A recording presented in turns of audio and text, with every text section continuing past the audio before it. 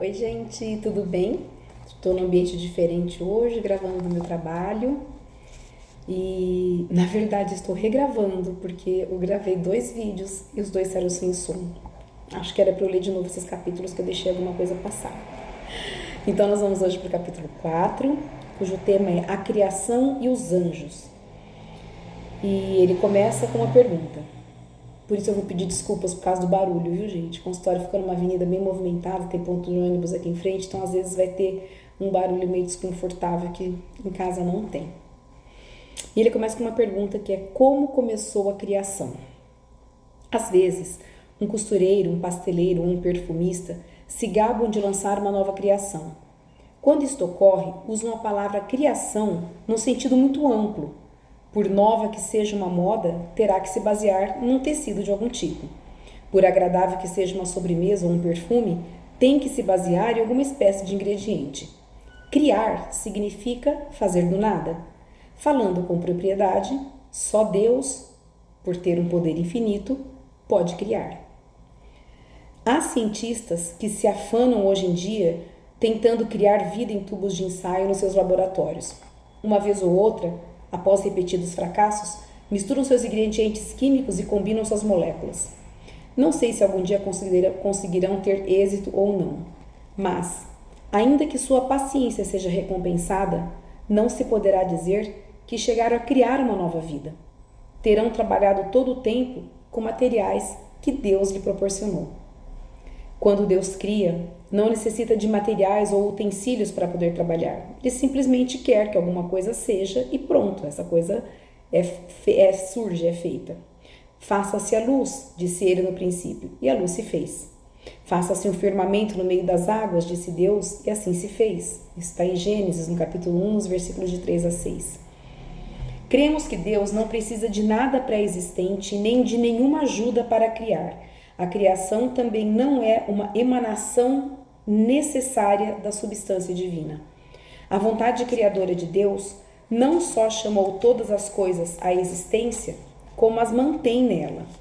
Se Deus retirasse o sustentáculo da sua vontade a qualquer criatura, esta deixaria de existir naquele mesmo instante, voltaria ao nada do qual surgiu.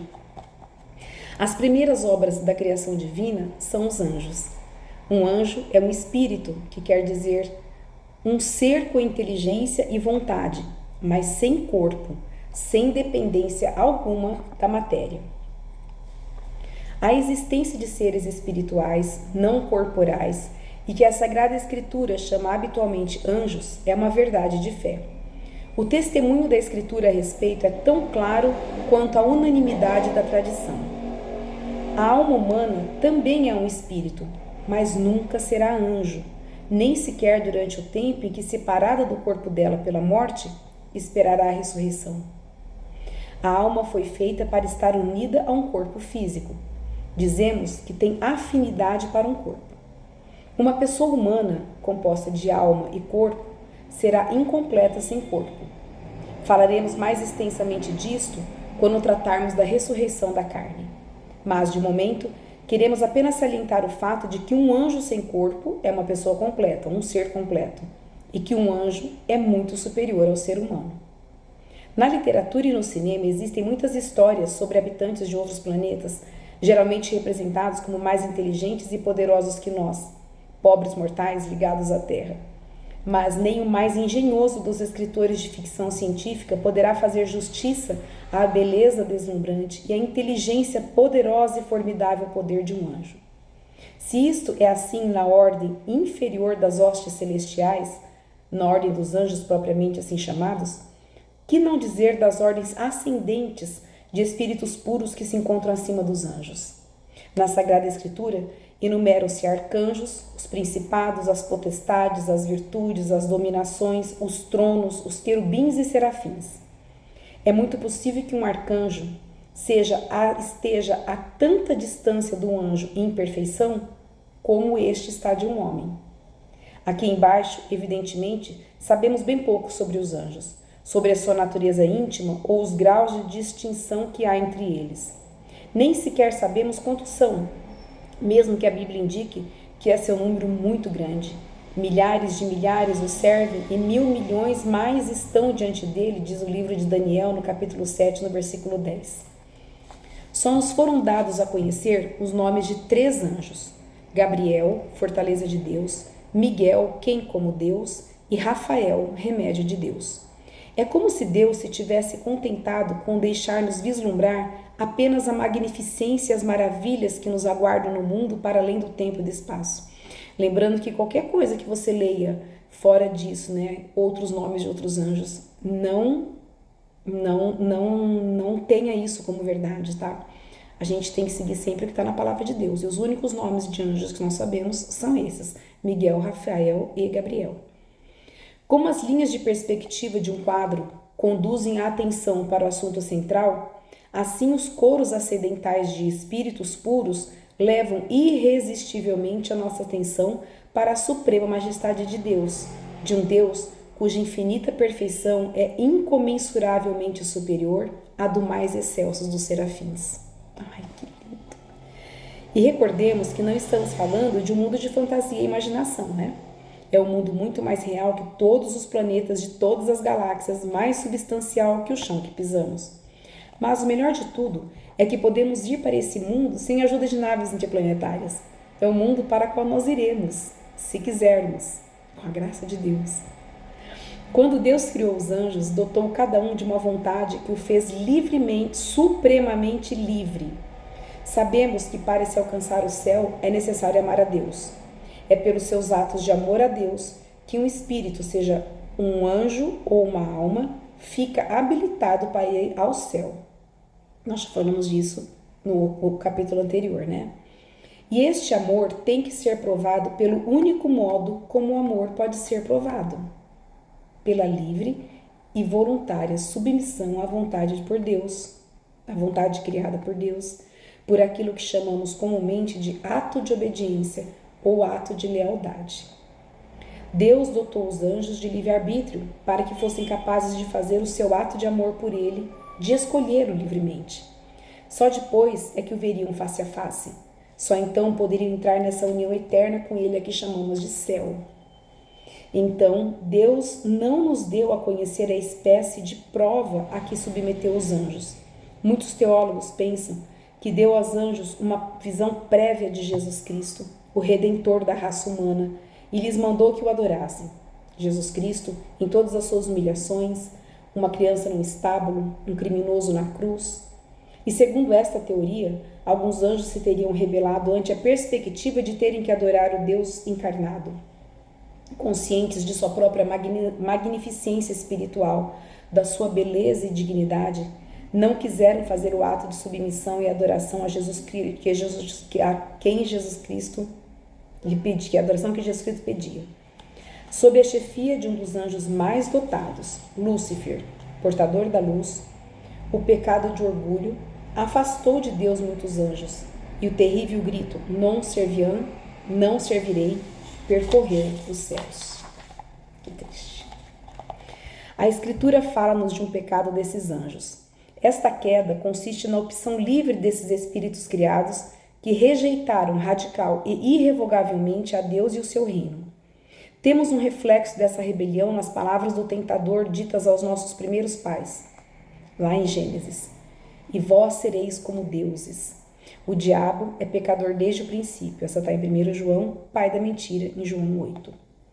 E assim começou o inferno, porque o inferno é essencialmente a rebelião de um espírito que se separa de Deus.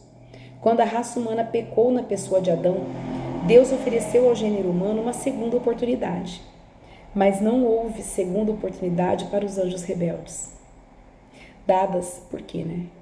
Dadas a perfeita clareza da sua mente angélica e a desimpedida liberdade de sua vontade angélica, nem a infinita misericórdia de Deus podia encontrar desculpa para o pecado dos anjos. Eles compreendiam, no grau a que Adão jamais poderia chegar, quais seriam as consequências do seu pecado, e não houve neles arrependimento, não houve neles tentação, no sentido em que ordinariamente entendemos a palavra. Eles não foram tentados a não adorar a Jesus Cristo, a Jesus, né, a Deus encarnado. Eles simplesmente não quiseram, eles foram realmente desobedientes por orgulho. O seu pecado foi o que poderíamos chamar um pecado a sangue frio. E por terem rejeitado a Deus deliberada e plenamente, as suas vontades permaneceram fixas contra Deus, fixas para sempre. Neles não é possível arrependimento, pois não querem se arrepender. Fizeram sua escolha por toda a eternidade. Neles arde um ódio perpétuo contra Deus e contra todas as suas obras. Não sabemos quantos anjos pecaram. Deus não quis informar-nos acerca disso. Pelas referências da Sagrada Escritura, inferimos que os anjos caídos, os demônios, como comumente os chamamos, são numerosos. Mas o mais provável é que a maioria das hostes celestiais tenham permanecido fiel a Deus, tenham feito o seu ato de submissão a Deus e esteja com ele no céu. Frequentemente chama-se Satanás ao demônio. É uma palavra hebraica que significa adversário. Os diabos são, claro está, os adversários, os inimigos dos homens. No seu ódio inextinguível a Deus, é natural que odeiem também a sua criatura, o homem. O seu ódio torna-se ainda mais compreensível à luz da crença de que Deus criou os homens precisamente para substituir os anjos que pecaram, para preencher o vazio que deixaram com sua deserção. Ao pecarem, os anjos rebeldes não perderam nenhum dos seus dons naturais. O diabo possui uma acuidade intelectual e um poder sobre a natureza incomparavelmente superior aos seres humanos. Toda a sua inteligência e todo o seu poder concentram-se agora em afastar do céu as almas a ele destinadas. Os seus esforços encaminham-se agora incansavelmente no sentido de arrastar o homem ao mesmo caminho de rebelião contra Deus. Em consequência, dizemos que os demônios nos tentam ao pecado. Não conhecemos o limite exato do seu poder.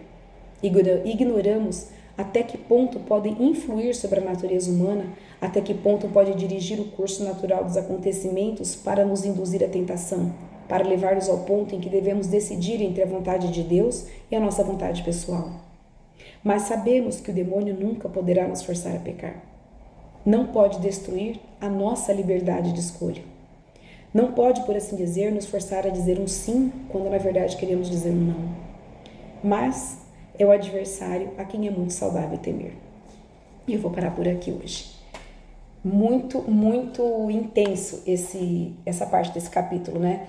Porque a gente consegue perceber aqui claramente que a nossa vontade, o nosso livre-arbítrio sempre vai ser maior, sempre vai estar acima da tentação do pecado. Ela vai vir? Vai vir. Porque como a gente leu, os demônios são anjos que têm uma inteligência perfeita. Mas nós sempre temos a opção de dizer não ao pecado, porque nós queremos ir para o céu. Então, queria que essa gente pensasse bastante sobre isso, que eles nunca podem nos obrigar a pecar. A escolha é nossa.